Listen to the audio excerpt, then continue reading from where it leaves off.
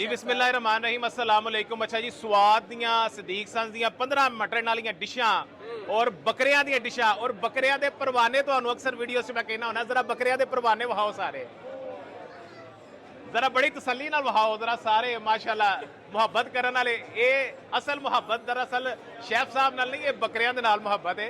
ते ये मुहब्बत तुहानू पता है इस लोग जिहड़ा ना साडे गुजरां वाले दे ते लाहौर दे लोग जिहड़े ने वो मुहब्बतां ये पांदे ने। ये सब तो पहला तो जनाब आ जाओ तो ये आंदा वे मटन का पुलाओ, बड़ा जूसी और बड़ा बेहतरीन। ये मटन दियां नाले तुसी डिशां पूरियां करनियां ने, ठीक है जी। 15 डिशां असीं दे भी रहे हैं कि नहीं, ये भी तुसी पूरा करना है भाजी। आ दिखाओ जरा माइक इधर दिखाओ। अच्छा जी, ए अगे आ जांदा वे अपना मटन का कोरमा। भाजी ए तुसी प्लेट फड़ भी लईए। अच्छा जी, माशाल्लाह बड़े जज्बाती लोग ने कि जनाब प्लेटा फड़ के दुआले हो गए। मैं क्या सिर्फ वीडियो बना लेंदे हो। ए जनाब आ गया अपना मटन का हरीसा। भाजी वीडियो बना रहे हो, बनाओ बनाओ वीडियो फिर। अच्छा जी, ए आ गया बहार गोश्त। ये 15 डिशां पूरियां करनियां जे, जेड़ा असीं 15 डिशां का वादा किया ना पूरियां करनियां जे। अच्छा जी, अगे आ गया जनाब दाल गोश्त। जरा फटाफट कंप्लीट करने, मैं चम्मच विच रखी जा जरा। अच्छा जी, ए अगे आ गया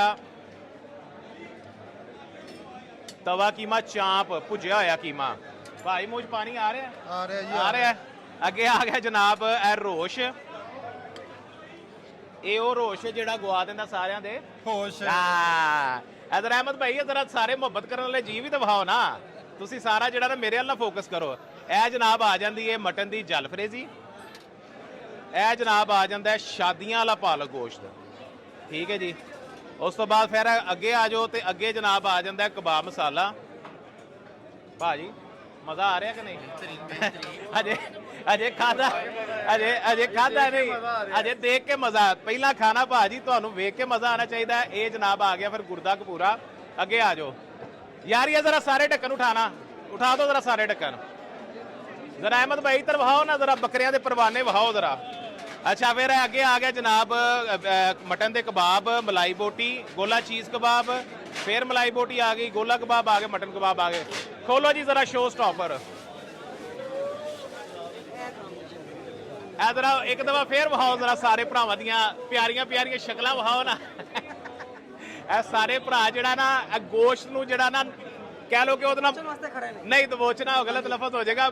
मुहब्बत करन लई, गोश्त दे नाल चाहत करन लई, मुहब्बत करन लई खड़े ने। ए जनाब आ गया साडा सालम बकरा। सर सर सर अच्छा बोस जरा सामने आना पैना है, जरा मुहब्बत करनी है तुसी बड़े तरीके नाल इंशाअल्लाह ताला। ये एंड तक मुकेगा नहीं, ये साडा तुहाडा वादा है, ये एंड तक मुकेगा नहीं।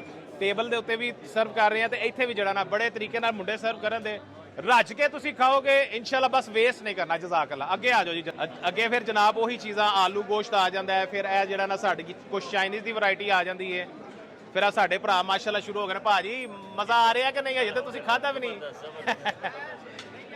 अच्छा जी, खुल गया भाजी, शुरू करो बिस्मिल्लाह। अगे जनाब ओही रोश ते ओही जनाब मुहब्बत करने वाले चेहरे। ये ने मटन लवर ते मटन लवर। हाँ जी इंजी है भाजी। ते मटन दे नाल भाजी पूरी मुहब्बत करो, इंजॉय करो, जज़ाकल्लाह। Thank you.